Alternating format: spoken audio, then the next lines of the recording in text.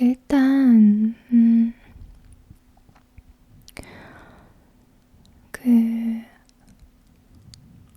출산. 그러니까 보통 이제 남자들이나 저도 아이를 낳기 전에는 아이 낳은 사람들한테 되게 궁금해서 물어봤거든요. 아이 낳을 때 그렇게 아프다는데 정말 되게 아픈가요? 그런 거 물어봤는데 궁금하신 분도 계시죠? 그래서 저는 이제 모험을 즐기고 알아서 제가 제 고생을 만들고 좀 그래서 다른 사람들보다는 보기와는 다르게 되게 많은 사람을 만나고 많이 경험을 한 것 같아요. 네, 아르바이트도 많이 해보고 이것저것 실증을 빨리 느껴서 되게 여러 방면의 그런 일도 해보고 그랬는데 정말 출산은 제가 경험할 수 없는 거잖아요. 그래서 좀 되게 호기심이 있긴 했었어요. 출산의 고통이 얼마나 아플까라는 그런 궁금증이 있었는데 제가 이제 아이가 나올 때가 되니까 그게 일단 아이가 어떻게 생겼는지 뭐 그런 게 더 궁금하긴 하지만 그동안에 계속 이제 갖고 있었잖아요. 근데 정말 아이를 이게 그 진통이 올 때 그 고통이 되게 조금씩 그러니까 한 10분마다 조금씩 강해져요. 근데 그 딱 시간을 보니까 한 7시간, 8시간 후에 아니 5시간 있다가 아이가 나올 것 같긴 해요. 그런데 이 강도 세지는 그 폭이랑 그 고통의 크기랑 계산을 했을 때 5시간이면 거의 죽는 게 낫겠다 싶을 정도로 아플 것 같은 거예요. 그래서 얼른 수술을 해달라고 제가 부탁을 했는데 그때 이제 자연분만을 다 이제 추구하는 그런 추세였어요. 그래서 병원에서도 웬만하면 자연분만을 하게끔 이제 유도를 하겠다고 그래서 제 유도 분만 그 주사를 맞고 촉진을 시키는 거죠. 아이가 더 빨리 나오도록. 그런데 그때 좀 감이 와서 그렇게 힘들진 않았는데 아이가 나오기 막바지 30분? 1시간의 그 고통은 어느 정도냐면 그 고통이 이거를 그니까 그 출산의 막바지의 고통 이치방 그러니까 왜 일본어가 나와 그러니까 제일 센 고통을 겪고 이 팔에 만약에 뭐 면도칼이나 칼로 이렇게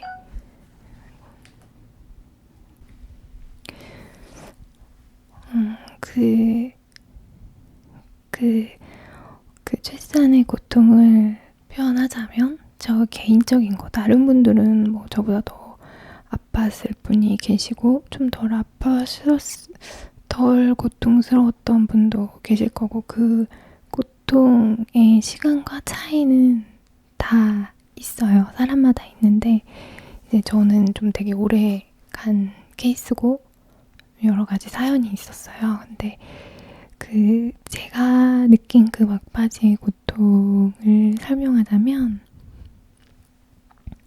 그 고통을 겪고 나서 그냥 그 사람의 가장 연약한 부분에 이렇게 칼로 쬐을 때 그 고통이 전혀 비교할 바가 안 되는 거예요.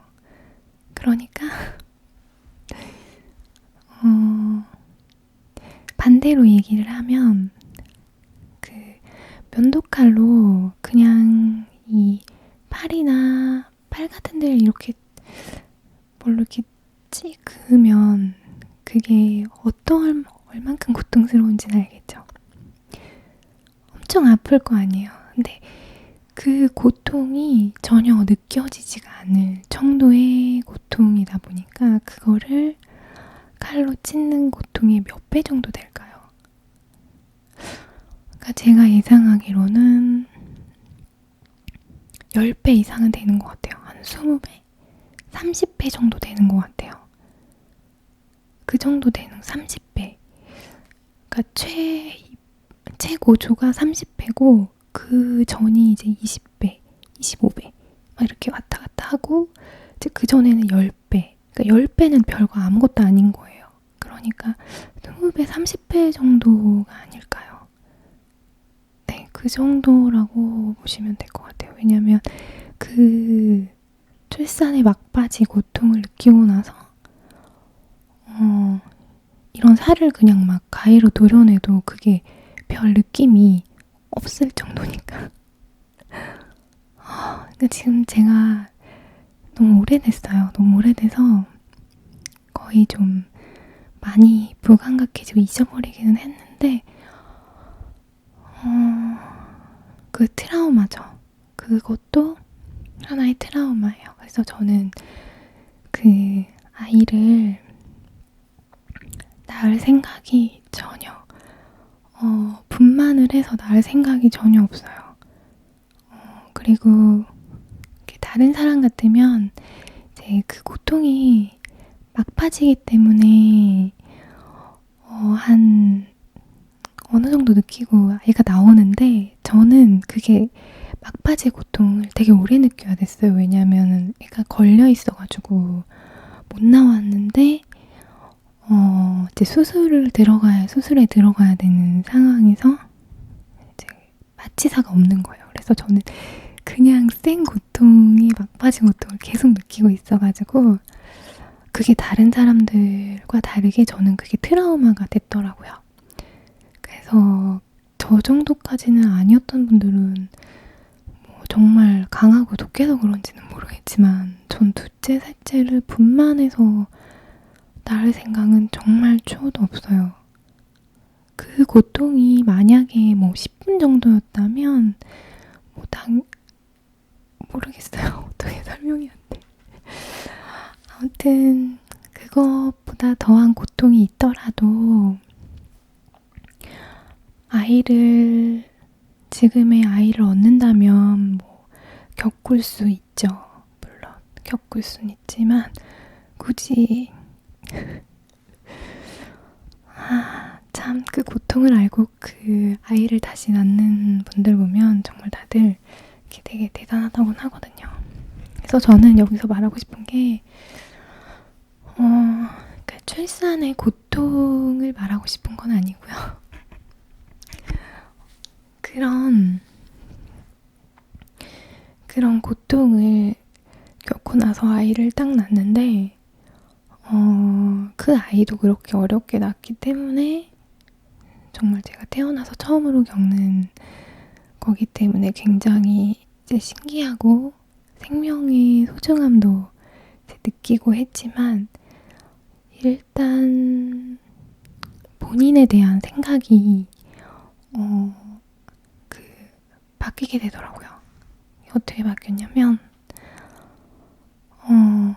저는 제가 그냥 남들도 태어나고 이 세상에 이 지구상에 내가 태어날 때 많은 아기들이 태어나고 그리고 내 나이의 사람들도 아이들도 되게 많았고 또 지금도 내 나이의 여자들도 많고 이 세상에 내가 하나 없다고 해서 달라지는 것도 없고 그냥 내가 없어진다고 해서 슬퍼할 사람들은 나를 아는 사람들과 나의 가족들이고 그리고 이제 세월이 지나면 그렇게 또 나는 한 지구에 태어난 사람으로서 그냥 살다가 없어진 존재고 뭐 그냥 그런 순리대로 되게 둥글둥글하게 생각을 했었는데 아이를 딱 낳고 보니까 그게 아닌 거예요.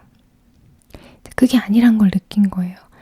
이 하나의 생명이 한 여자의 생명과 뒤바뀌어서 태어난 거죠. 그러니까 내가 태어남으로써 한 사람의 목숨이 걸려서 태어난 거예요. 그러니까 그 생명이 하나 태어나려면 한 사람이 죽어야 되는 원리인 거죠. 뭐 다행히 엄마들이 대부분 살긴 하지만 사실 그 정도의 죽음과 맞바꿀 만한 죽음보다 더 고통스러울 수도 있어요. 그 출산의 고통이라는 건.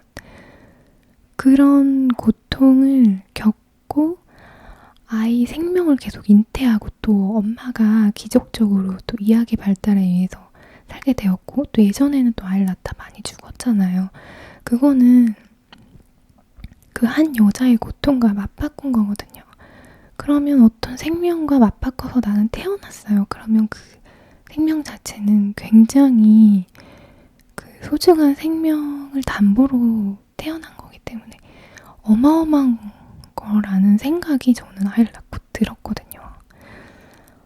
그래서 그때 저의 그 자존감이 어느 정도 회복이 된 것 같아요. 아, 내가 되게 소중한 사람이구나. 어렵게 태어난 사람인 거를 알았고 그 아이도 소중함을 느꼈고 그냥 길에 지나가는 사람들이 다 달라 보였어요. 예전에는 그냥 길거리에 지나다니는 사람들이 다 그냥 사람들 우리 동네 사람들 그 중에 내가 아는 사람, 모르는 사람 이렇게 구분을 지었는데 아이를 낳은 이후에는 그냥 길 가다 지나가는 사람들이 다 대단한 기적적인 존재로 보이더라고요. 저 사람은 어떤 가족한테는 얼마나 소중할까? 저 사람은 태어날 때 그 어떤 여자분이 자기 목숨을 담보로 저 생명을 잉태했을까? 뭐 이런 되게 경이롭고 모든 생명 하나하나가 되게 존엄해 보인다고 할까요? 기적이라는 생각이 들면서 되게 저의 인생이 그 큰 변화를 갖는데 시초? 아니 말이 왜 이렇게 점점 거대해지지? 저한테는 너무 신비로운 그런 어마어마한 세상이 생겼어요. 네, 그전에는 그냥 어떤 그냥 이렇게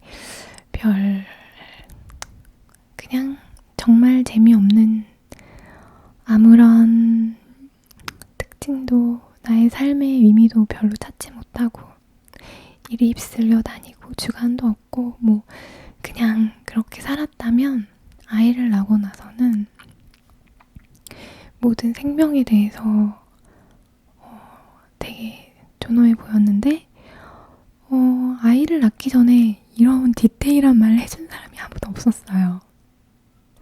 주변에. 그리고 저희 엄마 세대 때는 이제 물어보면 그 20년, 30년이 지나면 아이를 낳은 그런 고통도 조금 무뎌지고 너무 오래되다 보니까 그걸 디테일하게 설명을 안 하고 어떻게 몇 분 있다가 그냥 이렇게 뚝딱 나왔다는 식으로 얘기를 하세요. 한번 어머니한테 가서 물어보세요. 이렇게 20년, 30년 넘으신 분들은 우리가 듣기에는 그냥 뚝딱 나온 것처럼 얘기를 많이 하시고 뭐 2, 3일을 아파서 뭐 되게 고생하면서 나았다 해도 그게 이제 조금 가늠이 안 되는 거죠. 그 고통의 정도를. 왜냐하면 너무 오래됐기 때문에 그 고통의 강도를 이렇게 디테일하게 설명을 못 해주세요. 그러니까 많이 아팠나 보다, 또 오래 아팠나 보다, 고생하셨구나, 힘드셨겠다 그 정도 가늠하는 정도지 이렇게 막 느껴지진 않거든요. 네. 그래서 출산의 고통이 이 정도로 아프다라는 얘기가 아니라 그만큼의 그 한 여자의 생명을 담보로 태어났기 때문에 본인 스스로 지금 그냥 내가 이 지구에 태어난 한 사람이 아니라 굉장한 그 기적적으로 태어난 그런 생명체라는 본인의 존재가 얼마나 대단한지를 본인이 그 본인을 되게 존중해야 되고 되게 소중한 존재라는 걸 그거는 다른 사람이 일깨워주지 못하거든요. 아무리 뭘 한다고 해도. 그러니까 그거를 본인이 알아야지 그게 다른 상처 치유를 하는데 그게 기본 틀이 되는 것 같아요. 그 자신의 존엄감과 그러니까 자신의 존귀함, 자신이 얼마나 존귀하고 소중한 존재인지를 본인이 알고 있어야지 지금 다른 여러 상처들, 트라우마들을 이렇게 하나하나 좀 풀어가는데 그 그릇이 되는 것 같아요. 기본 그릇.